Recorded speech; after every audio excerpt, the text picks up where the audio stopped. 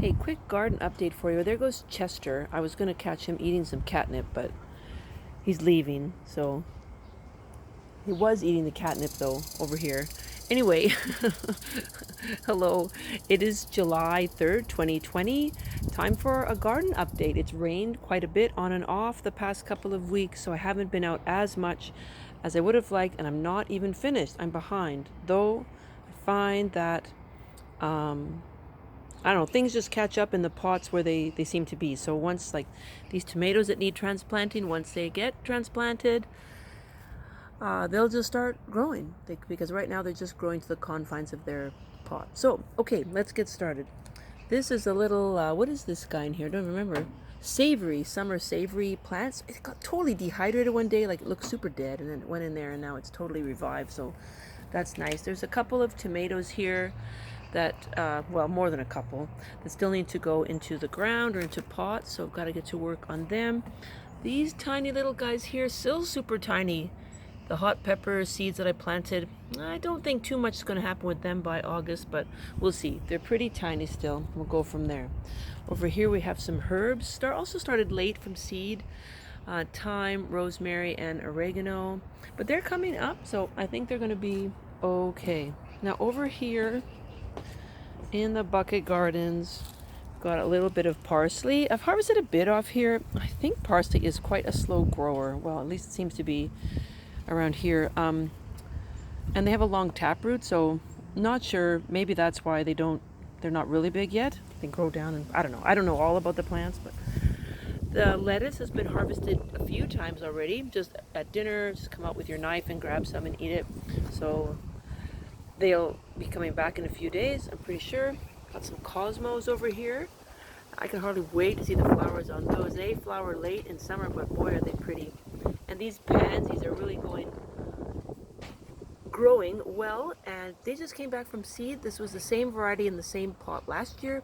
They all came back from seed themselves and are just, yeah, on their way. So really pretty. Some carrots that my daughter planted, getting really tall. So there's two varieties here. There's a really long stemmed one, I can't remember the name, and the Corylus nantus that are usually a shorter variety in the ground. So this long one, this bucket is going to end right about here somewhere, as long as it can grow. So I'll be curious to see if they start going to the side or something like that, if they just don't have the space to grow anymore.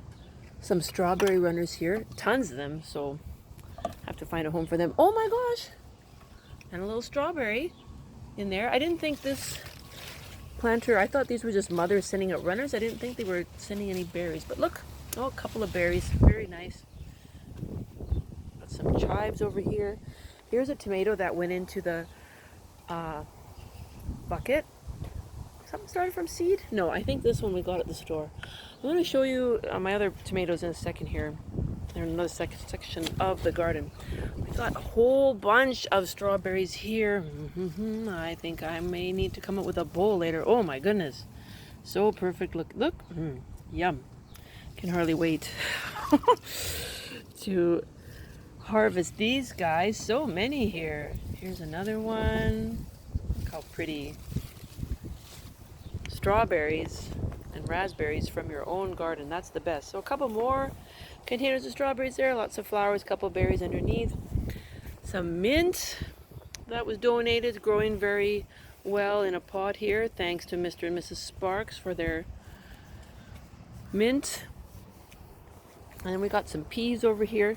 So there was some discussion about why is this set of peas super tall and these guys are super short. And I think predominantly it's just due to variety. These ones even already have the seed pods or pea pods on them. Look at that.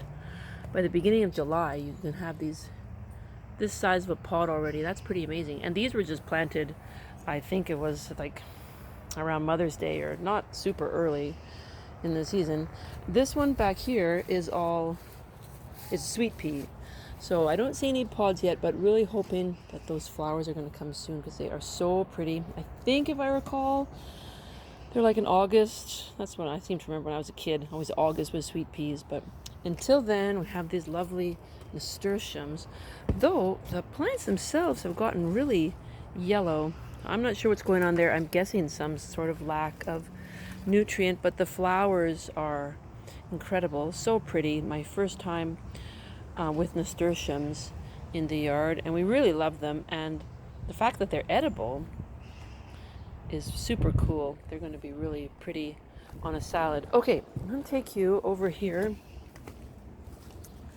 to the section where, if you've seen the past videos, this garden here was all, this is where I put down all the compost and leaves, kitchen scraps from the past fall and over winter, and did kind of a hot pile compost technique there, and then sifted it over time and moved the extras away, and then I used this space to plant some tomatoes. So look at some of these. I don't remember the varieties. I know that they're indeterminate, so that went with the decision to put them in the ground, but they're really getting big. And so one thing that I do with my tomatoes, I don't know if a lot of people do this, because whenever I've mentioned it to anyone, they're like, no, I don't do that.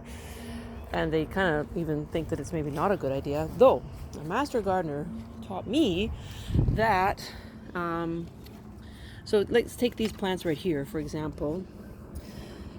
They're pretty leggy, right? And you can see this section from here to about here is just stem, and there's not a, like the bushy part is at the top. So if you can plant this in the ground like this and leave it to there, but a more robust plant will come if you pinch, and believe me, it was hard for me the first time I did it, but pinch these lower leaves off until you get to about here on the plant.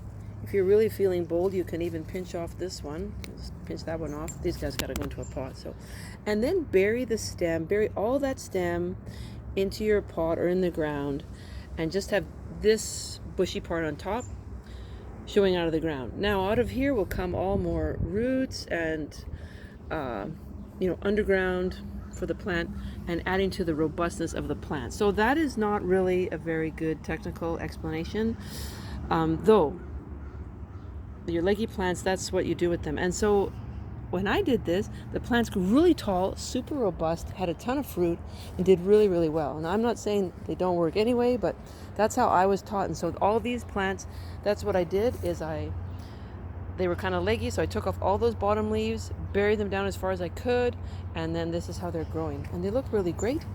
Oh, and I noticed before, look right here, there is a little tiny tomato coming. So there's going to be some nice fruit here soon.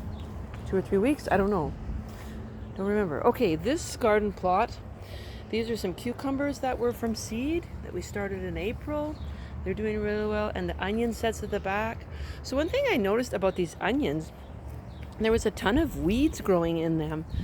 And I came out and I took all the weeds out. And then all the tops of the greens, like the green part of the onion, this part that's above ground, they all kind of just flopped over. So I'm kind of wondering, were some of those weeds maybe beneficial in helping give them some support or grow up into the ground? I know that when you pull them out, the soil gets really aerated and is fluffy. So I'm kind of wondering if I need to rethink my garden's relationship with weeds, or at least with the amount of weeds that there is. Not sure. Have to investigate that a little bit more. I know, crazy radical thinking, right? One more thing. So the first garden update, I had a small plant just coming up out of a yogurt container, and I thought it was maybe a flower, so I kept it. And then it got a little bit bigger, and I thought it was quackgrass, but I decided to keep it anyway. Well, here's what it is now. I think it's a corn stalk. So I don't know where that came from, but there was obviously some corn and some compost or something, and lo and behold, we have a corn plant. So I'm told that that will probably not make a corn plant, or a corn cob rather, because it's all by itself, and it needs something to pollinate with. Though, pretty interesting, this sort of unknown little plant came up, thought it was a flower, thought it was cracked grass. Well, there it is, a stalk of corn. So we'll see if something comes up from there. Okay, let's follow George to the front yard here. My George. That cat, if you ever want to know about what happened to his paw and the amazing vet that kept him from being amputated or euthanized, that's a really cool story. So, thanks, George. Okay, so here we just have some flowers. There's a daylily there. more strawberry plants. These have been here for several years now, but they are sending off runners and producing. They actually haven't made much fruit in the front yard before, but this year they've got quite a bit of fruit, so that's really nice. And then the last part of the garden I'm going to show you is where we put down all that compost and stuff last year. So we're not finished yet. All of this section still needs to be pull aside that mulch and, you know, start the planting process. However, up front here we did put in some potatoes. They've all come up. There they are there. And it's looking pretty good actually. Lots of leaves coming up. And some, well, what on the package said summer squash, which I believe is a really nice word for zucchini. And there they are there. And this plant here has gone really big. Look at that beautiful flower on there. So pretty. You know, the flowers are so nice. I remember my mom never ate the zucchini. She just always fried up the flowers when she was a young girl and a young woman. She just always would eat the flower. But look at that perfect star shape. My goodness. So pretty. And then at the back here, it took a while for them to come up, though we do have a bunch more potato plants. And they're looking quite healthy and robust. So I haven't noticed any slugs or anything yet, so not too bad. For pests we're okay, and then just this section of the garden needs to be finished up here.